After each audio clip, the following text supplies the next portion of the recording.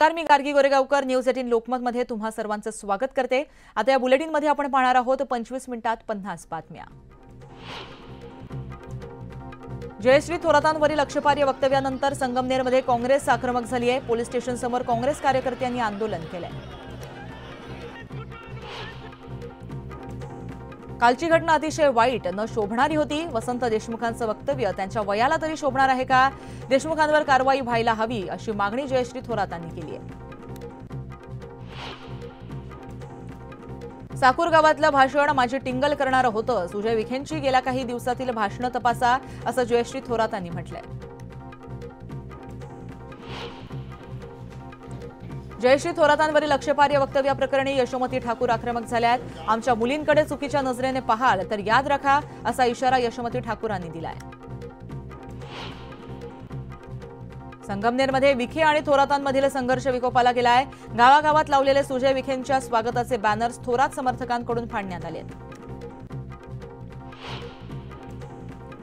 वसंतराव देशमुखांनी जयश्री थोरातांबद्दल केलेल्या वक्तव्यानंतर विखेंच्या ताफ्यातील वाहनांची तोडफोड करण्यात आली। थोरात समर्थकांनी केलेल्या हल्ल्याच्या विरोधात विखे पाटलांच्या लोणी गावामध्ये मोर्चा काढण्यात येणार आहे। नांदरफळमधील सभेमध्ये केलेल्या आक्षेपार्ह वक्तव्याप्रकरणी वसंतराव देशमुखांवर गुन्हा दाखल करण्यात आला। महिलांना धक्काबुक्की केल्याप्रकरणी 5 ते 6 जणांवर गुन्हा नोंदवण्यात आला।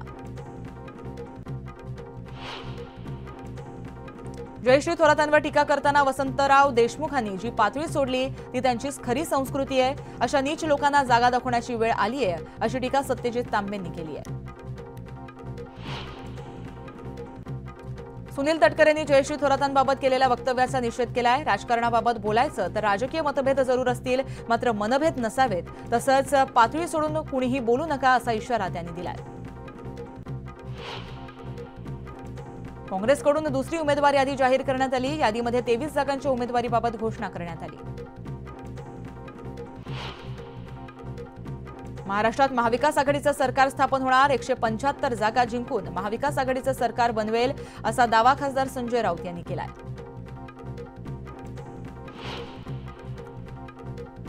संभाजीराजे छत्रपती राजू शेट्टी आणि बच्चू कडू यांच्या परिवर्तन महाशक्तीची आज बैठक होणार आहे। या बैठकीमध्ये निवडणुकांसंदर्भात खलबतं होणार आहेत।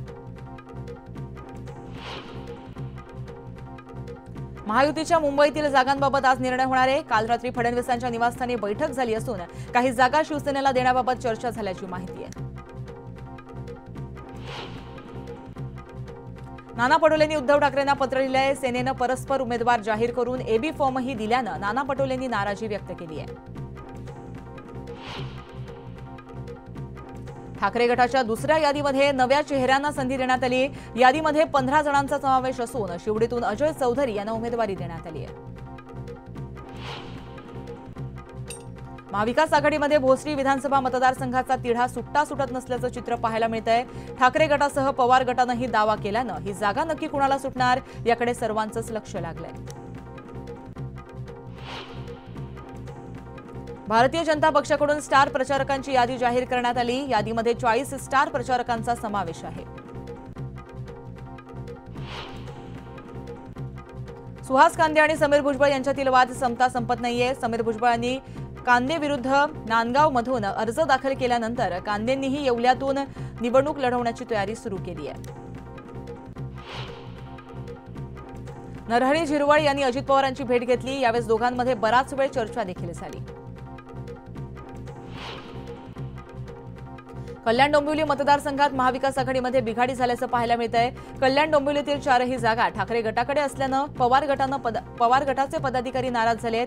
4ही जागा हव्या असतील तर ठाकरे गटाला मदत करणार नाही असा इशारा पवार गटानं दिलाय।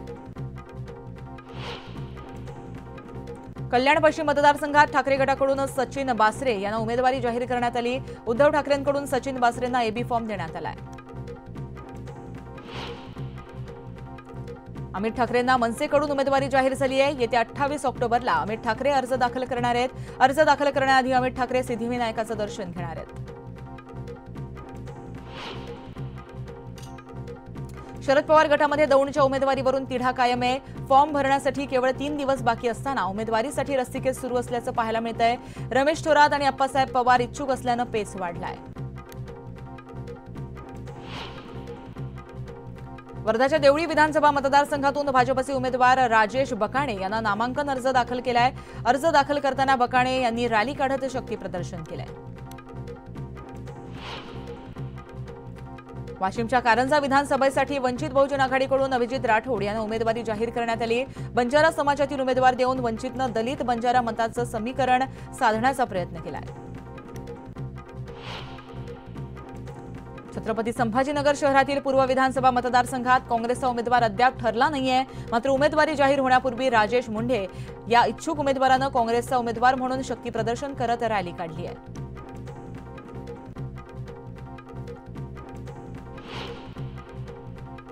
वाशिममध्ये वंचितचे तिन्ही मतदारसंघातील उमेदवार ठरले तर महाविकास आघाडीचे 2 मतदारसंघातील उमेदवार ठरलेत। मात्र महायुतीचा तिन्ही जागांवरचा सस्पेन्स मात्र कायम आहे।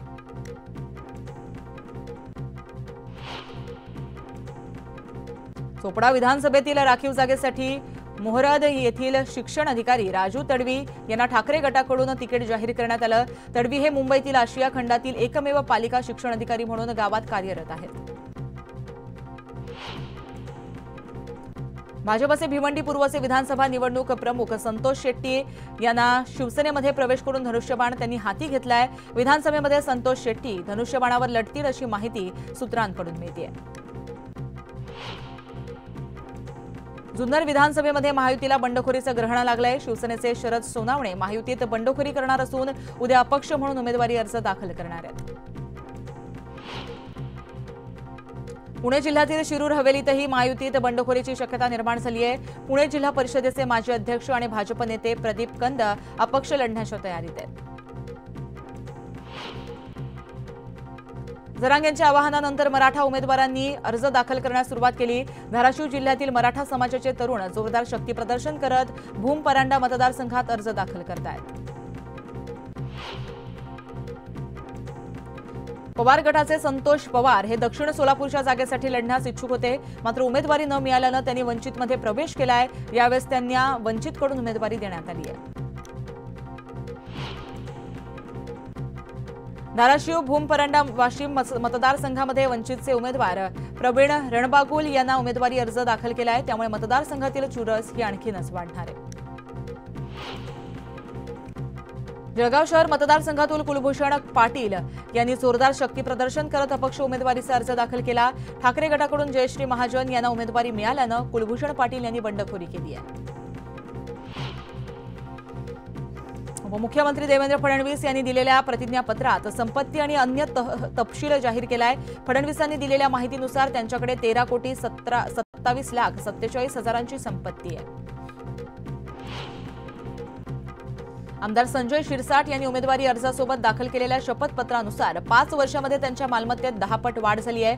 5 वर्षात 3 कोटीवरून थेट मालमत्ता ही 33 कोटींवर गेली आहे, तर 26,45,00,000चं त्यांच्यावर कर्ज आहे। विधानसभा निवडणुकीसाठी उमेदवारी अर्ज दाखल करण्याची प्रक्रिया ही 22 ऑक्टोबरपासून सुरू झाली आहे। सलग 4थ्या दिवशी 4ही मतदारसंघातून एकूण 33 अर्जांची उचल करण्यात आली। त्यातील 9 जणांनी उमेदवारी अर्ज दाखल केले आहेत। विधानसभा निवडणुकांच्या पार्श्वभूमीवर यावल शहरामध्ये पोलीस ऍक्टिव्ह मोडवर आले आहेत। यावेळी पोलिसांकडून टी पॉइंटवर वाहनांची कसून तपासणी करण्यात आली आहे। पुणे जिल्ह्यामध्ये विधानसभा निवडणुकीसाठी 8,417 मतदार केंद्र हे निश्चित करण्यात आले आहेत। त्यापैकी 38 मतदान केंद्र दुर्गम ठिकाणी असून या ठिकाणी मोबाईलची सुद्धा आणि मोबाईलच्या नेटवर्कची सुद्धा शक्यता नाहीये। विधानसभा निवडणुकांमध्ये मतदानाचा टक्का वाढावा यासाठी स्वीप उपक्रमाअंतर्गत महापालिकेच्या शाळांमध्ये जनजागृती करण्यात आली आहे। यावेळी पालकांसह विद्यार्थ्यांनाही मतदानाचं महत्त्व पटवून देण्यात आलंय। राज्यात विधानसभा निवडणुकीची आचारसंहिता लागू झाल्यापासून 15 ते 24 ऑक्टोबर दरम्यान विविध यंत्रणांनी 20,74,00,000ची मालमत्ता जप्त केली। त्यात बेकायदा पैसा, दारू, ड्रग्ज याचा समावेश आहे। निवडणुकीच्या काळात शस्त्राचा गैरवापर होऊ नये म्हणून परवानाधारकांनी शस्त्र जमा करण्याची प्रक्रिया सुरू केली आहे। त्यानुसार 95% नागरिकांनी शस्त्र जमा केली आहेत, तर 5% नागरिकांची अद्याप टाळाटाळ सुरू आहे। संभाजीराजेंनी मनोज जरांगे यांची भेट घेतली. भाजप सोयीनुसार राजकारण करत असल्याचा आरोप यावेळी संभाजीराजेंनी केलाय. उदय सामंतांनी मनोज जरांगे यांची भेट घेतली आहे. अंतर्वरी सराटीत जाऊन सामंत आणि जरांगेंमध्ये 20 मिनिटं चर्चा झाली. गेल्या 10 दिवसांमध्ये दुसऱ्यांदा त्यांनी ही भेट घेतली आहे, त्यामुळे चर्चेला उधाण आलंय. भाजपचे गेवराईचे आमदार लक्ष्मण पवार यांनी जरांगे पाटलांची भेट घेतली. भाजपनं तिकीट नाकारल्यानं अपक्ष लढण्याची पवारांनी तयारी केली आहे. यासाठी जरांगेंचा पाठिंबा मिळण्यासाठी त्यांनी जरांगेंची भेट घेतली आहे. राज ठाकरेंच्या पक्षस्थापनेपासून सोबत असलेला मनसेचा शिलेदार शिवसेनेच्या गळाला लागलाय. पालघर विधानसभेचे मनसेचे उमेदवार उमेश गोवारी यांनी आपल्या कार्यकर्त्यांसह शिवसेनेमध्ये जाहीर प्रवेश केलाय. आदित्य ठाकरेंनी कोकण दौरा करण्यापेक्षा वरळी मतदारसंघात लक्ष द्यावं. वरळीत यावेळेस नक्कीच महायुतीचे उमेदवार विजयी होतील असा दावा शिवसेनेच्या योगेश कदमांनी केलाय. शेकापच्या उमेदवार चित्रलेखा पाटील या फॉर्म भरण्यासाठी सायकलवरून गेल्यानं आमदार महेंद्र दळवी यांनी टीका केली आहे. 3 कोटींची कार घरी ठेवत सायकलवरनं जात लोकांची दिशाभूल केल्याचा टोला त्यांनी यावेळेस लगावलाय. पुन्हा शरद पवार गटामध्ये परतलेल्या राजेंद्र शिंगणेंनी अजित पवारांवर हल्ला चढवला. मी जिल्हा बँक वाचवण्यासाठी छातीवर मोठा दगड ठेवून तात्पुरतं अजित पवारांसोबत गेलो होतो असं शिंगणे म्हणाले. शिरीष चौधरी यांनी मंत्री अनिल पाटलांवर हल्लाबोल केलाय. अमळनेरमध्ये पुन्हा विजयी होण्याचं वक्तव्य म्हणजे मुंगेरीलाल के हसीन सपने असा टोला त्यांनी लगावलाय. शिवसेनेचे उमेदवार किशोर पाटील यांनी ठाकरे गटाच्या वैशाली सूर्यवंशींवर टीका केली आहे. वैशाली सूर्यवंशींनी कधीही आयुष्यात राजकारण पाहिलं नाही असं किशोर पाटील म्हणाले. दिल्ली सरकारनं राजधानीच्या हॉटस्पॉट झोनमध्ये प्रदूषणाचे घटक ओळखण्यासाठी ड्रोन मॉनिटरिंग केलंय. हे ड्रोन 120 मीटर उंचीपासून 200 मीटर त्रिज्येतील प्रदूषणाच्या विविध स्रोतांची माहिती पर्यावरण विभागाला देणार आहेत. वाढत्या वायू प्रदूषणामुळे नागरिकांनी घराबाहेर पडताना प्रदूषणाची पातळी तपासली पाहिजे असा सल्ला आरोग्य मंत्रालयाकडून देण्यात आला. यासाठी सर्व राज्यांनी मार्गदर्शक सूचना जारी कराव्यात असे आदेशही देण्यात आले. वाराणसीतील ज्ञानव्यापी संकुलाचं कोणतंही सर्वेक्षण होणार नाही यासंबंधित हिंदू समाजानं केलेली याचिका न्यायालयानं फेटाळली आहे. मध्य पश्चिम आणि हार्बर रेल्वे मार्गावर उद्या मेगा ब्लॉक असणार आहे. रेल्वे रूळ, सिग्नल यंत्रणा, ओव्हरहेड उपकरणांची देखभाल दुरुस्ती करण्यासाठी ब्लॉक घेण्यात येणार आहे.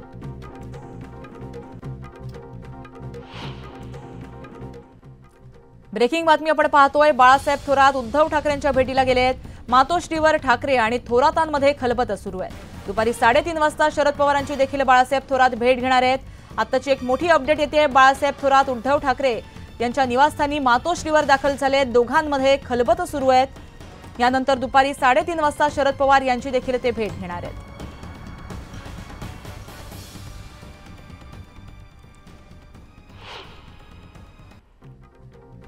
मिनी बस काही दिवसांपासून बंद आहेत. आर्थिक अडचणींचं कारण पुढे करत हंसा या मिनी बसचा पुरवठा करण्यास असमर्थता दर्शवली आहे. त्यामुळे पश्चिम उपनगरातील प्रवाशांचे मात्र मोठे हाल झाले आहेत. पश्चिम द्रुतगती महामार्गावर पुलांची दुरुस्ती आणि मजबूतीकरण करण्याचा पालिकेनं निर्णय घेतला. त्यासाठी मार्गावरील एकूण 44 पूल आणि भुयारी मार्गांची दुरुस्ती केली जाणार आहे. मालाड पश्चिम परिसरातील वाहतूक कोंडीचा प्रश्न सोडवण्यासाठी मालाडमध्ये नवीन पूल तयार करण्यात येणार आहे. यासाठी तब्बल 192 कोटी रुपये खर्च करण्यात येणार आहे. मागील काही दिवस पडलेल्या पावसामुळे हवा दर्जा निर्देशांकात सुधारणा झाली आहे. त्यामुळे मुंबईतील हवेची चांगल्या श्रेणीत नोंद झाली आहे. मात्र भायखळा माजगाव येथील हवा वाईट आहे. अल्पवयीन मुलीला दुचाकी चालवण्यास दिल्यामुळे संभाजीनगरमध्ये वडिलांविरोधात गुन्हा दाखल करण्यात आला. अल्पवयीन मुलीचा स्कूटी चालवण्याचा सोशल मीडियावर व्हिडिओ व्हायरल झाल्यानंतर ही कारवाई करण्यात आली आहे. कल्याण बेतुरकर पाडा या परिसरामध्ये भर दिवसा तरुणीचा पाठलाग करत छेड काढणाऱ्या टवाळखोराला नागरिकांनी चांगला चोप दिला. भर बाजारामध्ये चोप दिल्यानंतर त्याला पोलिसांच्या स्वाधीन करण्यात आलं.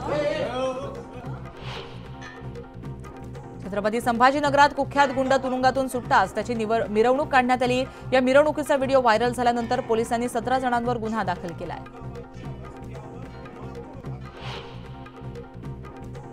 शिवशंभू विचार मंचाच्या वतीनं कुडाळमध्ये कलादानामध्ये शस्त्र प्रदर्शनाचं आयोजन करण्यात आलं। या शस्त्र प्रदर्शनातून शिवकालीन गडकिल्ले, छायाचित्र, नाणी, विविध शस्त्र, त्याचबरोबर मोडी लिपीतील पत्र यांची मांडणी करण्यात आली। उल्हासनगरमध्ये एका जीन्स व्यापाऱ्याची फसवणूक करण्यात आली आहे। दिवाळीच्या निमित्तानं पॅकिंगसाठी दिलेल्या 1600 जीन्सची व्यापाऱ्यानं परस्पर विक्री केली। या प्रकरणी व्यापाऱ्याला अटक करण्यात आली आहे।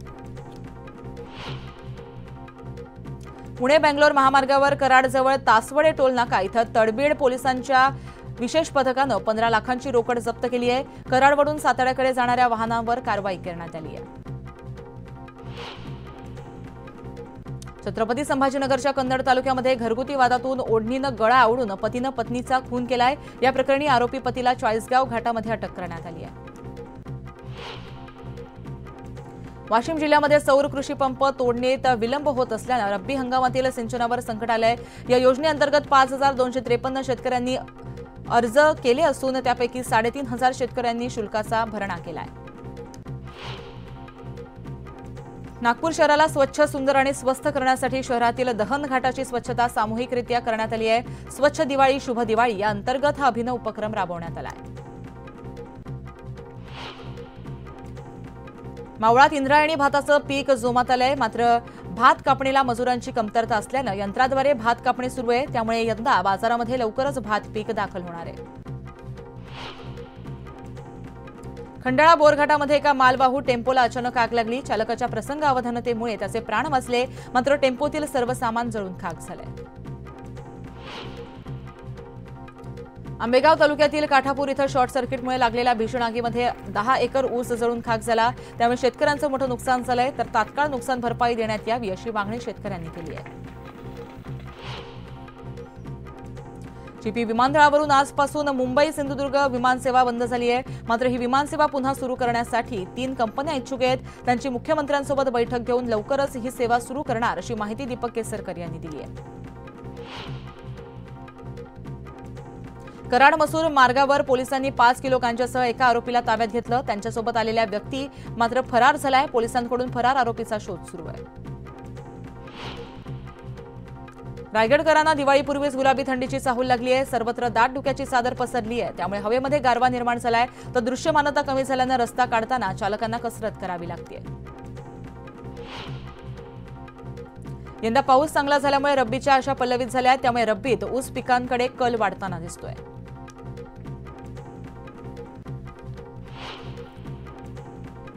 इतर काही बातम्या आपल्याला पाहायच्या, तर पण आता वेळ झाली एका छोट्याशा विश्रांतीची। तुम्ही कुठेही जाऊ नका, पाहत रहा न्यूज 18 लोकमत।